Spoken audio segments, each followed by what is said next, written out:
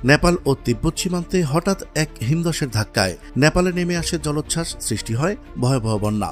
বুধবারের এই বন্যায় নেপালের রাসুয়া জেলার রাস্তাঘাট, সেতু ও বেশ কয়েকটি বিদ্যুৎ প্রকল্প পুরোপুরি ধ্বংস হয়ে যায়।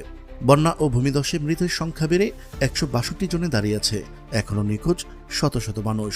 গত ২৬ আগস্ট বোতেকুশি অববাহিকায় হঠাৎ করেই এই বন্যার সূত্রপাত হয়। স্থানীয় সময় সকাল ৯টার দিকে পানির স্তর দ্রুত বৃদ্ধি পেলে বিপুল পরিমাণ পানি পলি ও পাথর বুতেকুশি এবং ত্রিশূলী নদী দিয়ে ভাটির দিকে নামতে শুরু করে। মাত্র কয়েক মিনিটের মধ্যে প্রায় ৭ মিটার পর্যন্ত বেড়ে যায়।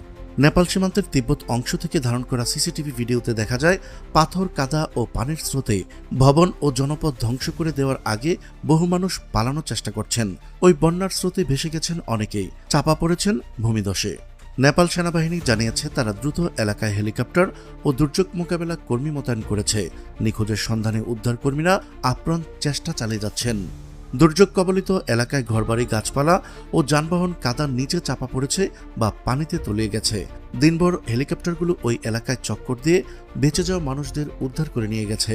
নেপালের জাতীয় দুর্যোগ ঝুঁকি হ্রাস ও ব্যবস্থাপনা কর্তৃপক্ষ সামাজিক যোগাযোগ মাধ্যম এক্সে জানিয়েছে, প্ল্যানেট ল্যাবসের স্যাটেলাইটের ছবির প্রাথমিক বিশ্লেষণে দেখা যায় বরফ ও পাথরধসের কারণে ল্যান্দে নদীতে কাদা ও পাথরের বন্যার সৃষ্টি হয়। নেপাল ও চীন সীমান্তে রাসুয়াগাদি এলাকা থেকে প্রায় ২০ কিলোমিটার উত্তর পূর্বে ওই ঘটনা ঘটে। এবারের বন্যা ও ভূমিধসকে ২০১৫ সালের প্রাণঘাতী ভূমিকম্পের পর নেপালের সবচেয়ে বড় প্রাকৃতিক দুর্যোগ বলা হচ্ছে।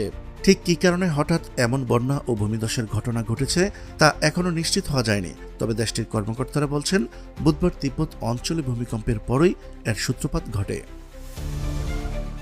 বিজ্ঞানীদের আশঙ্কা, পরিস্থিতি এখনও পুরোপুরি নিরাপদ নয়। ল্যান্দে নদীর উজানে এখনও মাটি ও বরফের বড় অংশ আটকে থাকায় নতুন করে পানির প্রবাহ সৃষ্টি হতে পারে। ফলে ক্ষতিগ্রস্ত এলাকাগুলোতে আবারও বন্যার ঝুঁকি রয়েছে। নেপাল থেকে প্রবাহিত কয়েকটি নদী ভারতে প্রবেশ করার সম্ভাব্য ঝুঁকি বিবেচনায় বিহার ও উত্তরপ্রদেশেও সতর্কতা জারি করেছে ভারত সরকার। প্রিয় দর্শক,